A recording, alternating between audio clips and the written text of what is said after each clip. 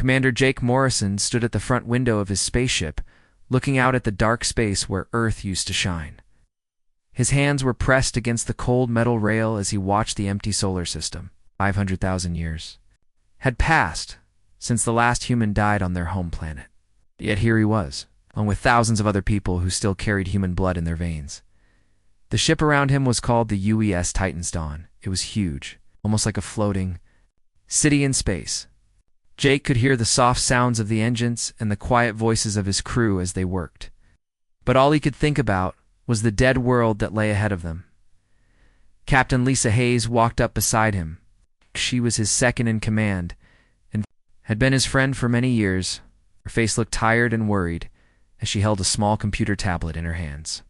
"The scans are coming in, Jake," she said in a quiet voice. "It's worse than we thought." Jake turned to look at her. Lisa had short brown hair and green eyes that usually sparkled with hope. But today, those eyes looked sad and afraid. "Almy," Jake said. Lisa touched the screen of her tablet and showed him the numbers. Mars is completely dead. The surface has been hit by something big, maybe bombs or meteors. Venus is still hot and poisonous, but there are strange marks on it too. And Earth, ... She stopped talking and shook her head. "What about Earth?" Jake asked, though he was not sure he wanted to know. "It's frozen solid.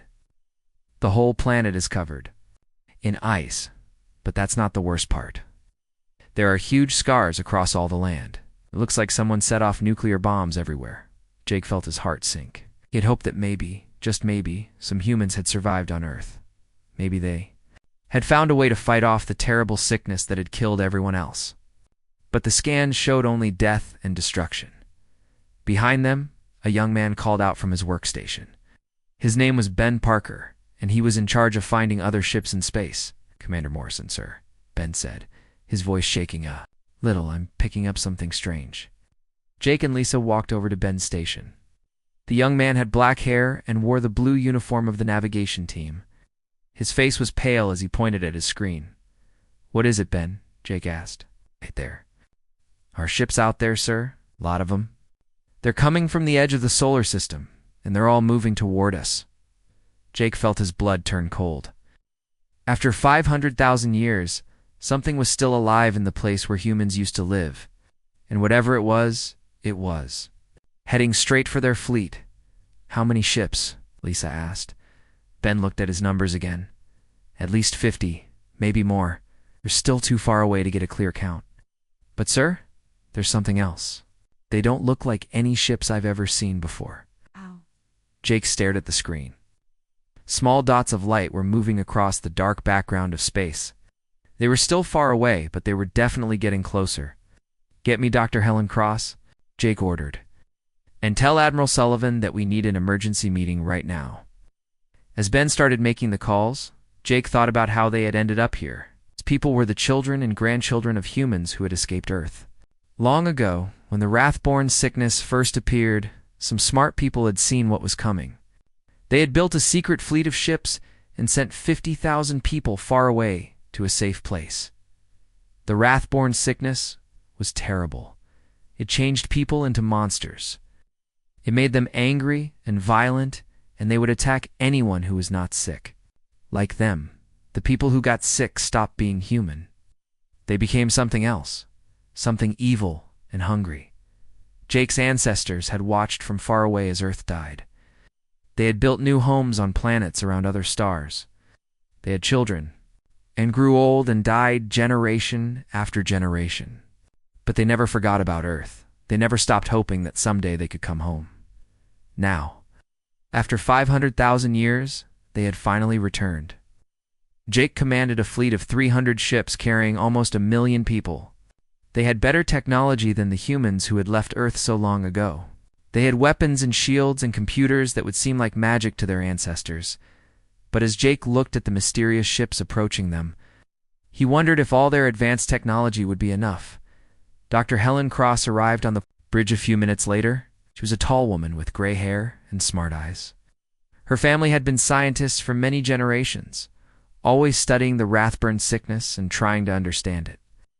"Commander," she said as she walked up to Jake, "Ben told me about the ships. Have we been able to contact them?" Not yet, Jake replied. Rachel is trying to pick up their radio signals now.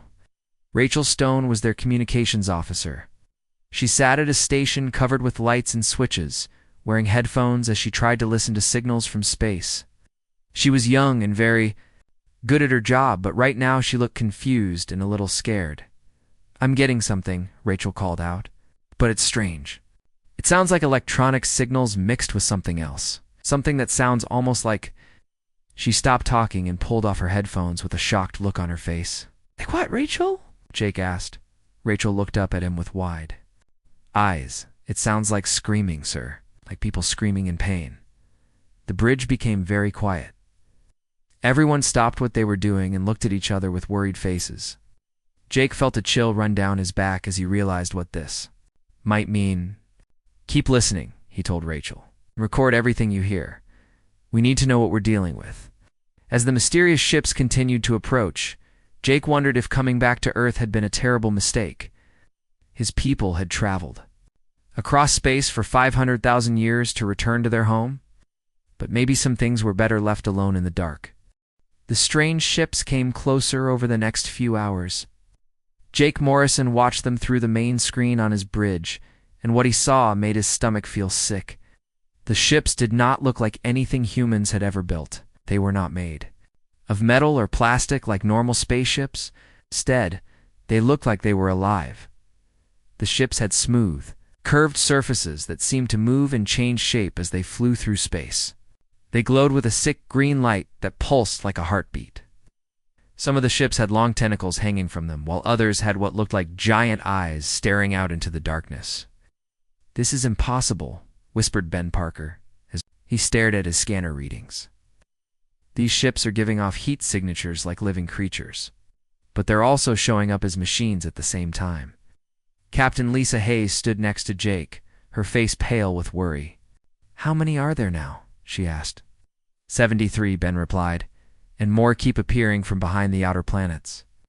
They're surrounding us. Jake felt trapped. His fleet of 300 ships was powerful, but they were outnumbered, and facing something they did not understand. He turned to Rachel Stone, who was still listening to the radio signals coming from the strange ships. Rachel, have you learned anything new about those signals? He asked. Rachel looked up with tears in her eyes. It's getting worse, Commander. The screaming is getting louder, and there are voices mixed in with it. They're speaking in old Earth languages, but the words are all wrong. They keep saying things like feed and grow and spread. Dr. Helen Cross had been working at a computer station trying to analyze the data they were collecting.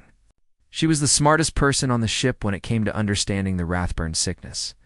Her great-great-grandmother had been one of the scientists who first discovered the disease 500,000 years ago. Commander Dr. Cross called. Out, her voice shaking. I need to show you something. You're not going to like it. Jake walked over to her station. On her screen were charts and graphs that showed the energy patterns coming from the strange ships. But there were also older charts yellowed with age that showed similar patterns. These readings, Dr. Cross said, pointing at the screen. They matched the theoretical models my ancestors created when they were studying the Wrathborn plague. But that's impossible. The plague was supposed to kill people, not create. This. What? Are you saying? Jake asked, though he was starting to understand and did not want to. Dr. Cross took a deep breath. I'm saying that those ships out there are not just carrying the Wrathborn. They are the Wrathborn. The plague did not just kill humanity on Earth. It changed them into something else. Something that could survive in space and build ships and spread to other worlds. The bridge became very quiet.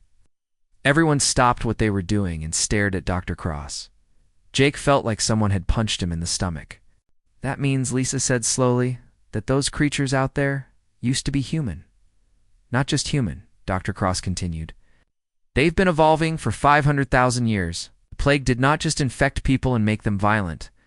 It changed their bodies, their minds, everything about them. And then it gave them the ability to infect other species on other planets. Jake looked back at the screen showing the approaching ships. The idea that those horrible creatures had once been his own people made him feel sick and angry at the same time. How many worlds do you think they've infected? He asked. Dr. Cross pulled up a star map on her computer. Red dots began appearing all across the galaxy. Based on the energy readings we're getting and the time they've had to spread, I estimate they've reached at least 10,000 star systems, maybe more. 10,000, Jake repeated. That means they've killed or infected billions of intelligent beings. Not killed, Dr. Cross corrected him. Converted. The Wrathborn don't kill other species. They change them into more Wrathborn. Every planet they visit becomes a breeding ground for more of their kind. Suddenly, all the lights on the bridge flickered. The ship's engines made a strange humming sound, and everyone felt a weird tingling in their heads. "What's happening?" Jake shouted. Rachel Stone grabbed her headphones and put them back on. After a moment, her face went completely white. "Commander, they're not just sending radio signals anymore. They're sending something directly into our minds." "Mental contact?" Lisa asked. "More than that," Rachel said, her voice barely above a whisper.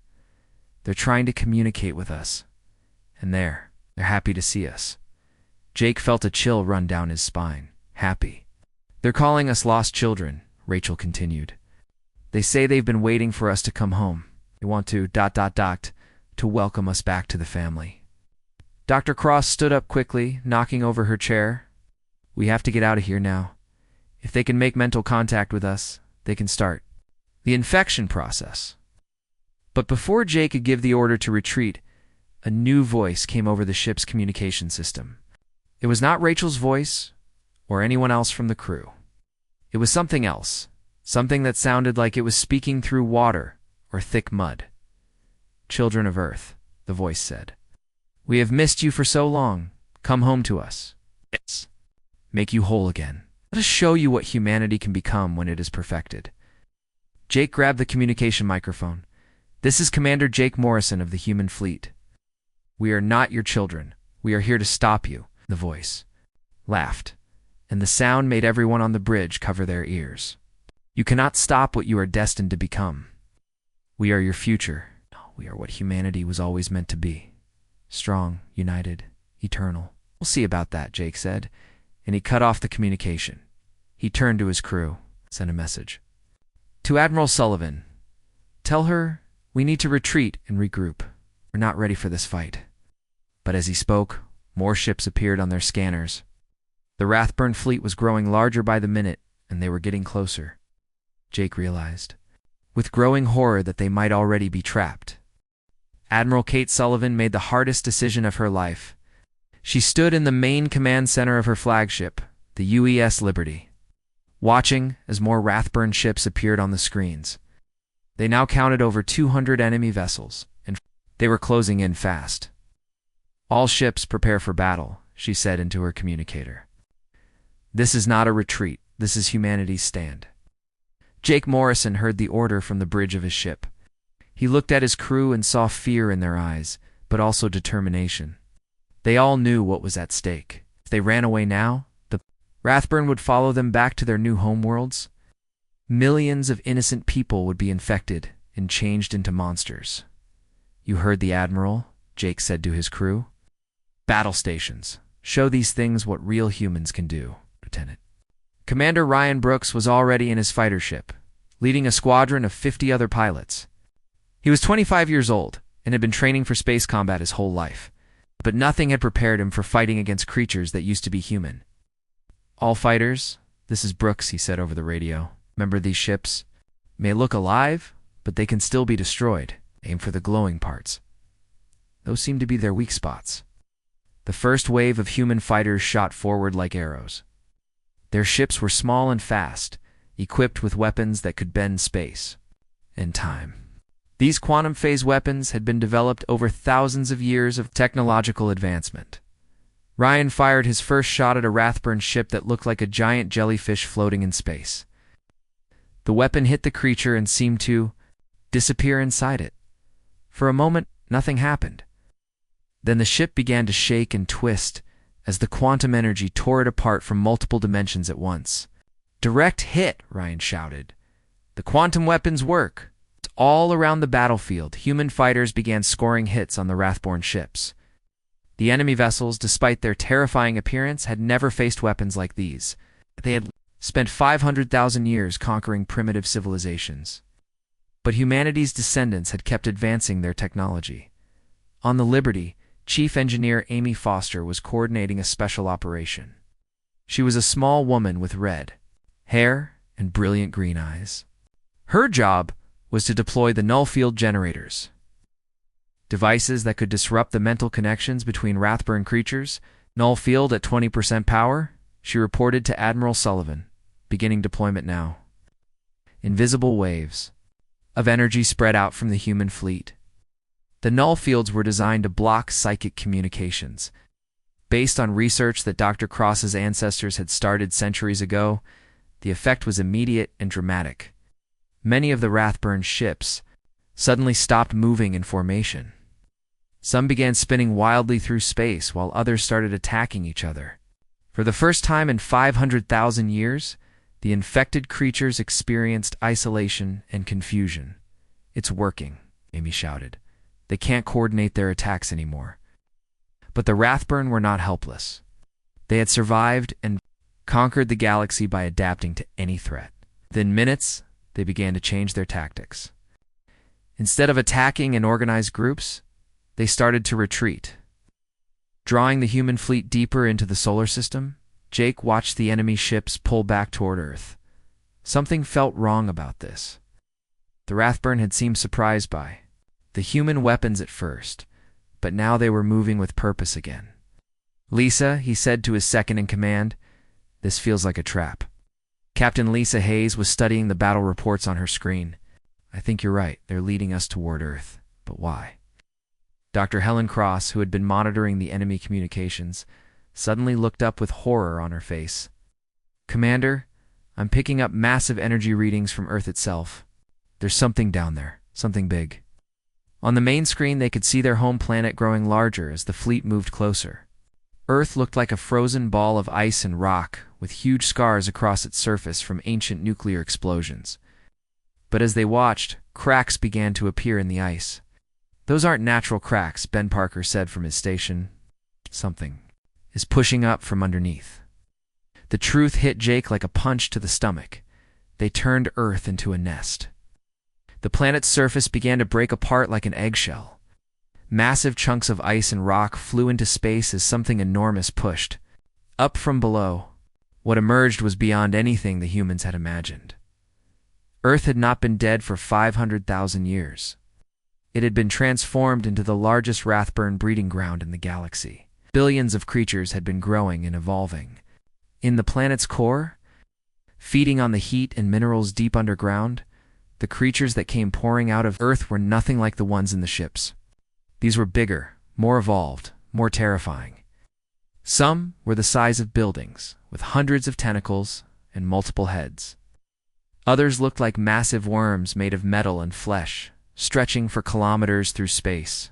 "My God," whispered Lisa, "how many are there?" The answer became clear as more and more creatures emerged from Earth's broken surface. There were not just millions or billions. There were trillions of Wrathborn pouring out of humanity's birth world, creating a swarm that blocked out the light of the sun. Admiral Sullivan's voice came over the communicators, steady despite the horror they were all witnessing. "All ships, prepare for the real battle. This is what we came here to face." Jake looked around at his crew. They were scared, but they had not given up. Rachel Stone was still at her communication station, coordinating with other ships. Ben Parker was tracking the movements of the massive enemy force. Dr. Cross was analyzing the creatures, looking for weaknesses they could exploit. "We can't fight all of them," Lisa said quietly. "We don't have to fight all of them," Jake replied. "We just have to destroy their source." He pointed at the broken planet on the screen. Somewhere in Earth's core was the original infection, the source of all the Wrathborn in the galaxy. If they could reach it and destroy it, maybe they could stop the plague once and for all. But first, they had to survive the swarm of monsters now rushing toward them through space. The real battle for humanity's future was about to begin. The swarm of creatures from Earth's core hit the human fleet like a tsunami of teeth and claws. Billions of Wrathborn monsters poured through space, their twisted forms blocking out the stars. Some were as big as city blocks, with multiple heads that screamed and roared. Others moved like giant snakes made of metal and flesh, wrapping around human ships and crushing them. Admiral Kate Sullivan watched the battle from her command center and knew they were losing. Her 300 ships were fighting bravely, but they were outnumbered by millions to one. The quantum weapons that had worked so well against the Wrathborn ships were less effective against these new creatures. Many of the monsters could absorb the energy blasts and keep coming. Admiral called out her communication officer. We're losing ships fast.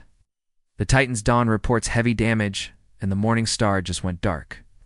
Kate looked at the battle. Displayin made a decision that would haunt her forever. Send orders to all civilian ships. They are to retreat immediately. Get our people out of here. What about the military vessels? The officer asked.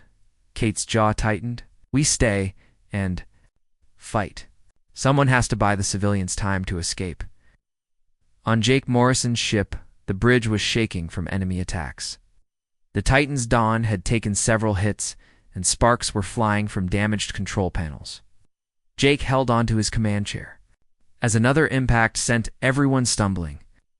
Hull breach on Deck 7, Lisa Hayes reported. Emergency teams are sealing it now. Jake looked at the main screen and saw a massive creature swimming through space toward them. It looked like a whale, but it had hundreds of eyes and tentacles covered in sharp spines. Its mouth was big enough to swallow their entire ship.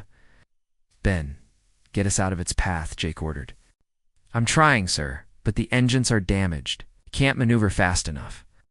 The creature was almost on top of them when a squadron of human fighters came racing in from the side. Lieutenant Commander Ryan Brooks led his pilots in a desperate attack, firing everything they had at the monster's head. This is Brooks. His voice crackled over the radio. We'll keep this thing busy. You get your ship to safety. Jake watched as the small fighters darted around the massive creature like angry bees. Their weapons cut deep wounds in its flesh, and it turned away from the Titan's Dawn to chase after them. But Jake knew the fighters could not hold it off for long. Lisa, get me a direct line to Admiral Sullivan, he said. When the connection was made, Jake could hear explosions in the background on the Admiral's ship. Admiral, we need to talk about the Genesis device. The Genesis device was humanity's most powerful weapon. It was designed to reset a planet's entire biological system. At the molecular level, essentially creating a new world from scratch. The scientists had built it as a last resort, hoping they would never have to use it. Jake, we can't use the Genesis device while there are still people on Earth, Admiral Sullivan replied. Admiral, we have to face facts. We're not going to win this battle by conventional means. And if these creatures escape into the galaxy, they'll infect every world they find. We have to stop them here, no matter the cost. Colonel Sam Turner was already preparing for the impossible mission, commanded the fleet's ground forces, 5,000 of the best soldiers humanity had ever produced. He stood in the hangar, bay of his transport ship, looking at the volunteers who had agreed to go down to Earth's surface. Listen up, he told his troops. Our job is to fight our way through whatever is down there and plant the Genesis device in the planet's core. We all know this is a one-way trip. But if we succeed, we save the galaxy. The soldiers were wearing the most advanced power armor ever built. The suits could protect them from radiation, poison gas, and physical attacks. Ow. But even with all that protection, knew most of them would not survive what waited on Earth's surface. Marine Captain Julia Adams checked her weapon one last time. She was 28 years old and had never been in a real battle before. But she had volunteered for this mission because she understood what was at stake. Captain Adams, Colonel Turner said, walking over to her. You'll be leading the advance team. Your job is to scout ahead and find the best route to the core. Julia nodded. Yes, sir. We won't let you down. The transport ships launched from the fleet and headed down toward Earth's broken surface. As they got closer, the soldiers could see the devastation that 500,000 years had caused. The continents were barely recognizable. Mountain ranges had been flattened and oceans had dried up. In their place were massive holes that led deep into the planet. Those holes are where the creatures came from, Colonel Turner explained over the radio. We need to go down one of them to reach the core. The ships landed near what used to be the North American continent. As soon as the soldiers stepped outside, they were attacked by smaller Wrathborn creatures that had been left behind. As guards, these monsters were about the size of large dogs, but they moved incredibly fast and had razor-sharp claws. Julia led her team through the twisted landscape, fighting off attacks every few minutes. The air was poisonous and filled with a strange, red mist that seemed to move on its own. Her suit's sensors were going crazy, detecting all kinds of dangerous chemicals and radiation. "How much further to the core?" she asked over the radio. "About 50 kilometers down," Colonel Turner replied. "We have to hurry." "The Admiral says the space battle is not going well." Above them, Admiral Sullivan was making the hardest decision of her life. The civilian ships had escaped, but the military fleet was being destroyed piece by piece. She had lost over half her ships, and the creatures just kept coming. But then her sensors detected something new. Deep inside Earth, something enormous was moving. Something so big that it registered on their instruments from space. "What is that?" she asked her science officer. The officer's face was pale with fear. "Admiral, I think it's their queen, the source of all the Wrathborn, and she's waking up." Colonel Sam Turner and his soldiers fought their way deeper into Earth's broken surface. The holes that led to the planet's core were like tunnels through hell. Strange creatures attacked them from the shadows, and the walls themselves seemed to be alive, pulsing with a sick green light. Captain Julia Adams moved ahead of the main group, her power armor glowing as she scanned for dangers. Her team had already lost 3 soldiers to the smaller Wrathborn creatures that lived in these tunnels, but they were getting closer to their target. "Colonel, I can see something ahead," Julia reported over the radio. "It's big, really big, Sam." Turner caught up to her position and looked through his helmet's display. What he saw made his blood freeze. The tunnel opened up into a massive cave that seemed to go on forever. And in the center of that cave was the Wrathborn Queen. The creature was beyond description. She was half a kilometer long, her body made of twisted flesh and metal that had once been human. Thousands of smaller creatures crawled over her surface, like insects. Her head was enormous, with dozens of eyes that glowed like red stars. When she breathed, the whole cave shook. "That's her," Sam whispered. "That's the source of it all." The queen had been sleeping for centuries, but now she was. Waking up, her massive form stirred, and a sound like thunder filled the cave. She had sensed the human fleet above and was preparing to join the battle. "We have to plant the Genesis device right next to her," Sam told his team. "It's the only way to make sure she's destroyed." But getting close to the queen would be almost impossible. Thousands of Wrathborn guards surrounded her, and more were pouring into the cave from other tunnels, above them in space.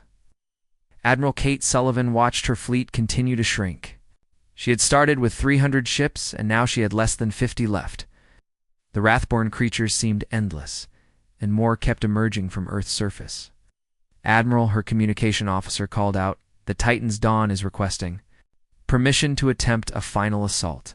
Kate knew what Jake Morrison was planning. The ship was badly damaged, but it still had 1 quantum reactor left. If he could get close enough to the Queen, he could detonate it and cause massive damage. "Permission." "Granted," she said quietly.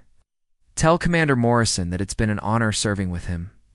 On the Titan's Dawn, Jake Morrison stood on his damaged bridge and looked at his remaining crew. Many of his people had been evacuated to other ships, but Lisa Hayes and Ben Parker had chosen to stay with him. "You don't have to do this, Jake," told them. "You can still take an escape pod." Lisa shook her head. "We started this mission together, Jake. We're going to finish it together." Ben nodded in agreement. "Besides, someone needs to pilot this ship while you set the reactor to explode." Jake felt proud of his crew, even as his heart broke. These people were the best humanity had to offer.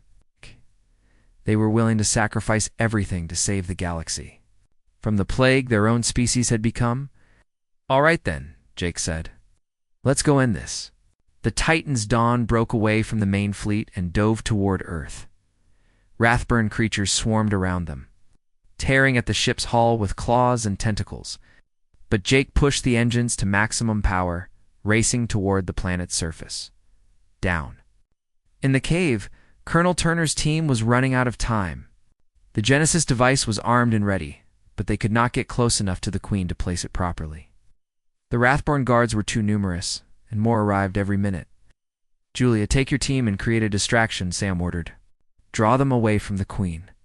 I'll carry the device in myself." Captain Julia Adams knew this was a suicide mission, but she did not hesitate. "Yes, sir. It's been an honor." Her team charged into the mass of creatures, their weapons firing continuously. Ow. The Wrathborn turned to attack them, giving Sam the opening he needed. He ran toward the Queen, carrying the Genesis device in his arms. The Queen saw him coming and let out a roar that shook the entire planet. Her massive head swung down toward him, her mouth opening to reveal rows of teeth like broken swords. Sam could feel her hot breath on his armor as he dove between her legs and activated the device. Above them, Jake Morrison piloted his dying ship directly into the cave opening. The Titan's dawn was falling apart around him, but he held it together. Through sheer willpower, reactor overload in 10 seconds. Ben Parker reported from his station. "Lisa, Ben, it's been the best years of my life," Jake said as they plunged toward the Queen. The explosion was visible from space. The Genesis device and the ship's quantum reactor detonated at the same time, creating a chain reaction that tore through the planet's core. The Queen's death scream could be heard across multiple dimensions as her massive form was consumed by nuclear fire. The planet's surface began to melt and reform. The Genesis device did exactly what it was designed to do, resetting Earth's biological system completely. All the Wrathborn creatures on the planet died instantly as their infected cells were replaced with clean organic matter in space. The surviving creatures suddenly stopped fighting. Without the Queen's controlling influence, they lost their connection to each other. Some began attacking their own kind, while others simply drifted aimlessly through space. Admiral Sullivan's remaining ships were able to destroy the confused creatures one by one. Within hours, the last of the Wrathborn in the solar system was dead. Dr. Helen Cross watched from the bridge of one of the surviving ships as Earth began to cool and stabilize. The planet was still a burned and broken world, but it was clean. Now, free of the infection that had consumed it for so long. The Genesis device worked perfectly, she reported to Admiral Sullivan. "In a few thousand years, Earth will be habitable again. Plants and animals will grow there once more." Admiral Sullivan established a monument in Earth's orbit before the fleet departed. It was a beacon that would tell the story of what had happened there, and what humanity had done to clean up its own mistakes. The survivors would return to their colony worlds and tell the story of the brave people who gave their lives to save the galaxy. The Wrathborn Empire would crumble without its source, and in time, the infected worlds would heal. Humanity had faced its darkest hour and chosen to do what was right, no matter the cost. They had returned home not as conquerors, but as guardians. Willing to sacrifice everything for the greater good, the hidden Earth fleet had completed its mission. The Wrathborn were finally at peace.